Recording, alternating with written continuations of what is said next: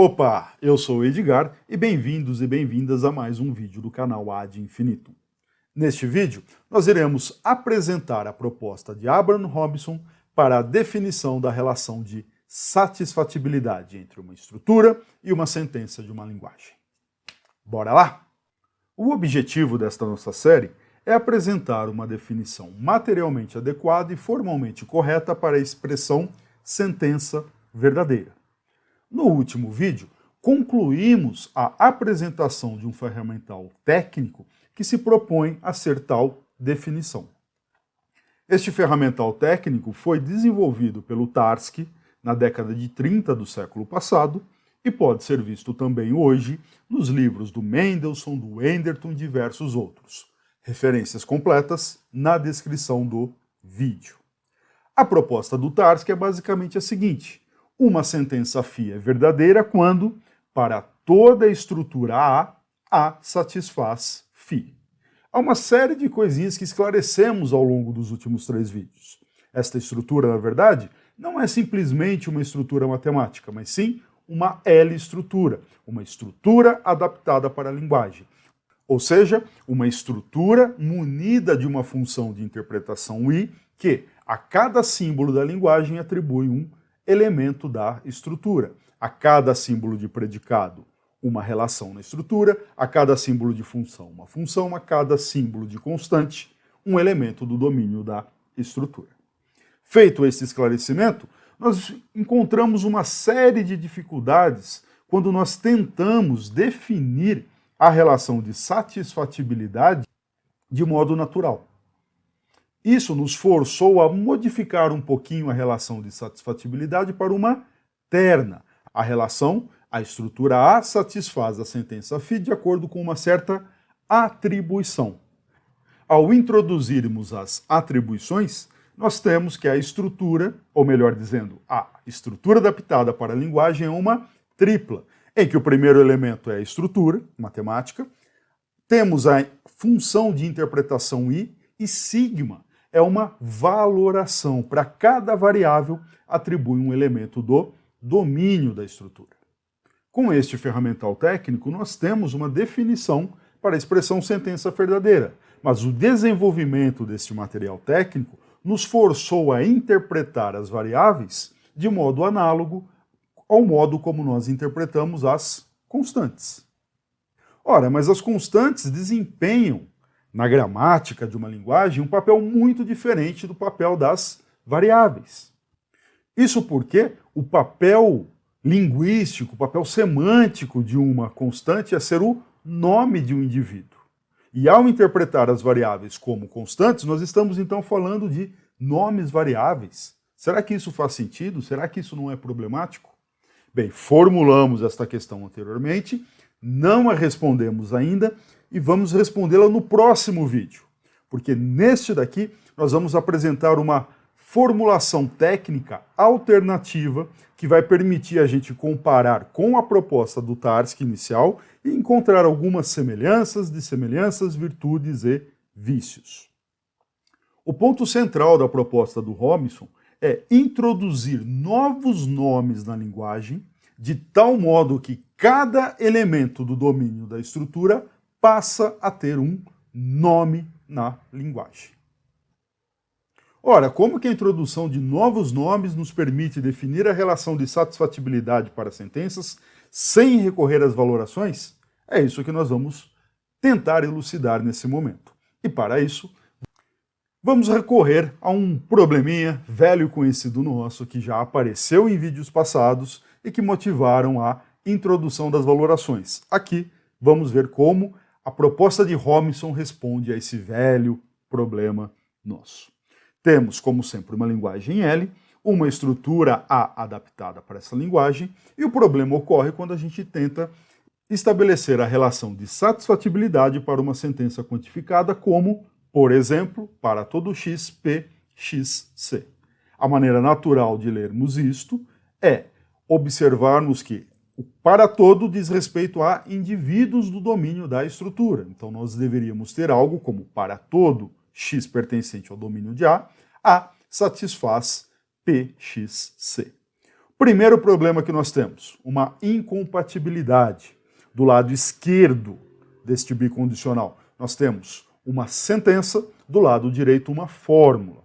Então nós estaríamos definindo a satisfatibilidade para sentenças a partir de fórmulas, só que quando nós quebramos para a fórmula, nós não temos ainda a cláusula recursiva mais básica. Nós não temos como interpretar aquela variável livre. Outro problema que nós temos são nas ocorrências de x. O x que ocorre à esquerda é um elemento do domínio da estrutura, o x que ocorre à direita é um elemento linguístico, é um símbolo de variável. A maneira como a abordagem de Hobson nos permite contornar esses problemas é, a meu ver, tecnicamente mais simples do que aquela proposta pelo Tarski. A ideia dele é basicamente estender a linguagem, então vamos pegar a linguagem L e a partir dela construir uma L+. E vamos, naturalmente, expandir a estrutura A que tínhamos para a linguagem L para uma estrutura A+, que seja uma estrutura adaptada para esta linguagem L+. A ideia para expandirmos esta linguagem é considerarmos L+, como sendo a linguagem original, a linguagem inicial L, unido de um símbolo de constante novo para cada um dos indivíduos da estrutura. Uma maneira natural de fazê-lo é, para cada Azinho pertencente ao domínio de A, você introduz um C índice Azinho, uma constante para este indivíduo. De tal modo que cada elemento da estrutura agora tem um nome na linguagem. Que nome é este? O C Azinho. Com relação à estrutura para esta linguagem, nós precisamos simplesmente expandir a interpretação. A mais é tal que a interpretação nessa estrutura, ela vai de um símbolo da linguagem expandida para um elemento apropriado da estrutura. De tal modo, tem um typo ali, não é o domínio da estrutura, vai para estrutura, de tal modo que os domínios da estrutura não são mudados. O domínio da estrutura A+, é exatamente o domínio da estrutura A original. E como que nós interpretamos esses símbolos? De um modo bem natural. Se você tem um símbolo da linguagem inicial, você interpreta ele do mesmo modo. Um símbolo de função é interpretado agora, na estrutura expandida, do mesmo modo que era interpretado na estrutura anterior. Mesma coisa para os símbolos de relação, a mesma coisa para os símbolos de constante da linguagem. E os símbolos novos, que são esse C índice A, eles são interpretados simplesmente como o elemento A da estrutura, que, como sempre, nós escrevemos como o símbolo de constante, Cazinho, elevado a A+, ou seja, o símbolo de constante C índice Azinho, interpretado na estrutura A+, que é a expansão da estrutura A para a linguagem L+. Vamos tentar tornar estas ideias um pouquinho menos abstratas através de um exemplo. Vamos considerar aquele velho exemplo conhecido nosso também, que nós temos uma linguagem L, com um símbolo de predicado binário P e uma constantezinha C, e a L estrutura bem simples, como os naturais, a relação de ordem e o zero. A interpretação da linguagem claramente é que o símbolo de predicado P é interpretado como uma relação menor ou igual e a constante é interpretado como zero. A partir disso, vamos fazer a expansão de Hobson da linguagem e da estrutura. L+ será quem? A linguagem original, unida com novas constantes. Estas constantes são indexadas pelos indivíduos do domínio, mas no nosso caso, os elementos do domínio são 0, 1, 2, 3, 4 e assim por diante, são os números naturais. Então temos as constantes novas, C0, C1, C2, C3, infinitas, um infinito enumerável de novas constantes. Como que nós expandimos a estrutura? Bem, a estrutura vai ser a expansão para interpretar estas novas constantes. Então o que havia continua, e agora nós vamos interpretar a constante C de índice 0 como um número natural 0. Afinal de contas, C0 foi introduzido para ser o nome do elemento 0 da estrutura na linguagem expandida L+. A interpretação, portanto, é simplesmente como tínhamos antes, e cada um das novas constantes sendo interpretadas apropriadamente. Observe com isso que nós temos, pelas observações vistas nesta outra série, que A é um reduto de A+ para L e que A+ é uma expansão de A para L+. Então o que nós fizemos foi simplesmente construir uma expansão da estrutura inicial para uma linguagem expandida L+. Ótimo, você fala, tá bom, foi feita a expansão, mas quem garante que isso resolve aqueles probleminhas na definição da satisfatibilidade? Quer ver? Podemos agora definir a relação de satisfatibilidade de uma maneira muito natural. Claro, a primeira coisa a ser feita, como sempre foi feito nos vídeos anteriores, é interpretar os termos da linguagem. Vamos interpretar os L termos fechados. Como que são estabelecidos os termos? Definição recursiva. Ou um termo fechado, ele é um símbolo de constante, e aí nós vamos interpretar esse termo T do seguinte modo. A interpretação dele vai coincidir com a interpretação que nós tínhamos no reduto, quando este termo é um símbolo de constante da linguagem original, e ele será interpretado como o elemento que é o índice do símbolo de constante novo que foi introduzido na linguagem, na expansão da linguagem, em L+, menos o que já estava em L, que é um símbolo genuinamente novo. Estabelecida a interpretação dos termos quando ele é uma constante, resta só agora verificarmos os termos de complexidade mais alta. O termo T é f de T1Tn. Ora, como interpretar isto? Do mesmo jeito que a gente fazia antes. A interpretação deste termo na estrutura A+, é nada mais, nada menos do que a interpretação de f em A+, aplicada à interpretação de cada um dos termos em A+. Bem natural, coloquei isso aqui só para ficar completa a apresentação da proposta de Robinson. Não muda nada com relação ao que nós fazíamos anteriormente no caso dos termos compostos e no caso dos termos fechados atômicos, basta interpretar de modo natural os novos símbolos, interpretando o símbolo C índice Azinho como sendo o elemento Azinho que motivou a introdução desse símbolo de constante na linguagem.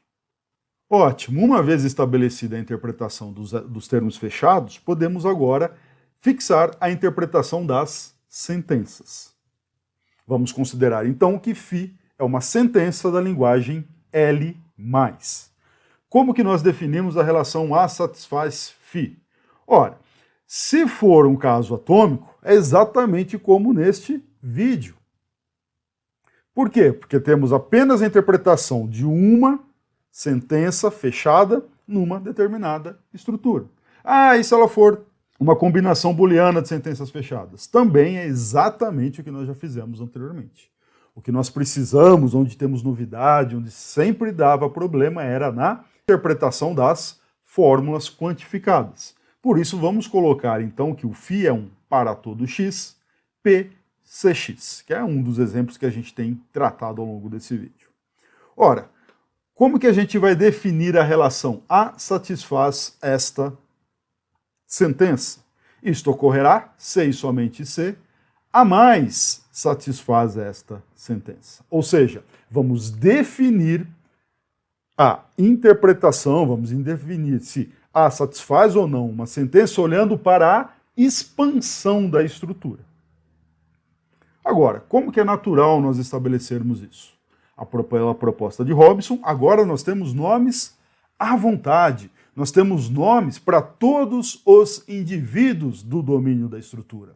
Nós temos nomes, então, para percorrer todo o domínio de quantificação. E podemos escrever que, para todo Azinho pertencente ao domínio de A satisfaz P, C, X, com o X sendo substituído por CA. A gente faz a operação sintática de substituição de termos, trocando a variável livre x, que está do lado direito, pelo nome do indivíduo que estamos avaliando no escopo de quantificação. Observe que fazendo essa troca sintática nós temos, para todo indivíduo Azinho pertencente a mais satisfaz P, C, CA. E não há mais aquela incompatibilidade que nós tínhamos antes. Observe que lá no começo, à esquerda, nós tínhamos A satisfaz para todo x PCX. Isso é uma sentença. Esta última expressão à direita, A mais satisfaz PCCA, também é uma sentença. É uma sentença da linguagem L+. Então nós quebramos sentenças em sentenças. Uma incompatibilidade já foi resolvida. A segunda que tinha nas duas ocorrências de x é que não há mais esse problema. Veja, o A que ocorre naquele para todo A é um Azinho que é um elemento do domínio da estrutura.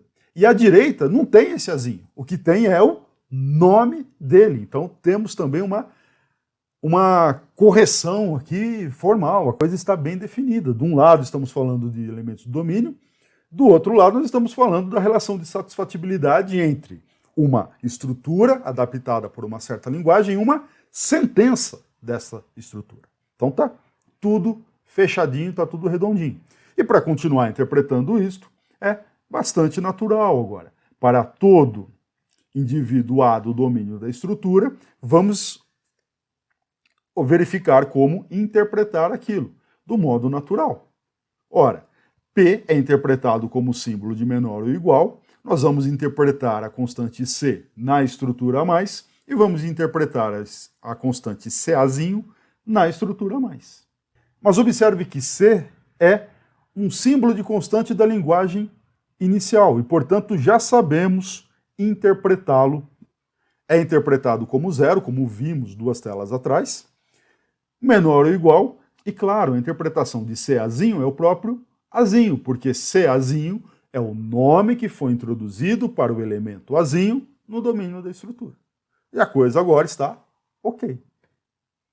Deste modo, de maneira bem mais simples, a meu ver, do que através das atribuições, nós temos a definição da relação de satisfatibilidade para qualquer sentença quantificada.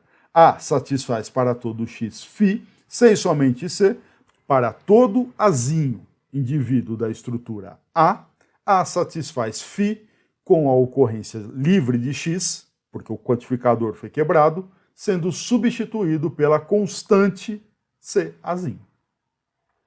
É claro que esta última relação à direita, esta relação binária, A satisfaz φ, x, C, Azinho, vai ser uma série de relações, vai ser uma para cada elemento no domínio da estrutura. Se o domínio é enumerável, nós teremos enumeráveis A satisfaz φ, x, C, Azinho. Se é não enumerável, não enumeráveis destas relações binárias. Mas é deste modo que nós percorremos o para todo. Naturalmente, para o existencial, a definição é totalmente análoga, trocando o discursivo ali para todo por um existe. Ainda, se preferir, você pode entender o existencial como sendo a negação de um universal. E uma vez que a relação de satisfatibilidade está definida para a negação e para o universal, está também definida para o existencial. Beleza? Embora seja relativamente simples de uma perspectiva técnica, a abordagem do Robson traz uma consequência um tanto quanto polêmica. Para entender esta polêmica, vamos colocar o seguinte: como sempre, nós temos uma linguagem formal L e temos uma estrutura adaptada para esta linguagem. Dado uma sentença φ nesta linguagem, nós queremos saber se A satisfaz φ. Como que nós definimos a relação de satisfatibilidade? Através de uma expansão. Nós dizemos, ora, vamos olhar para a relação de satisfatibilidade a partir de L+, e de A+. De tal modo que A satisfaz φ, C e somente C, A mais satisfaz φ.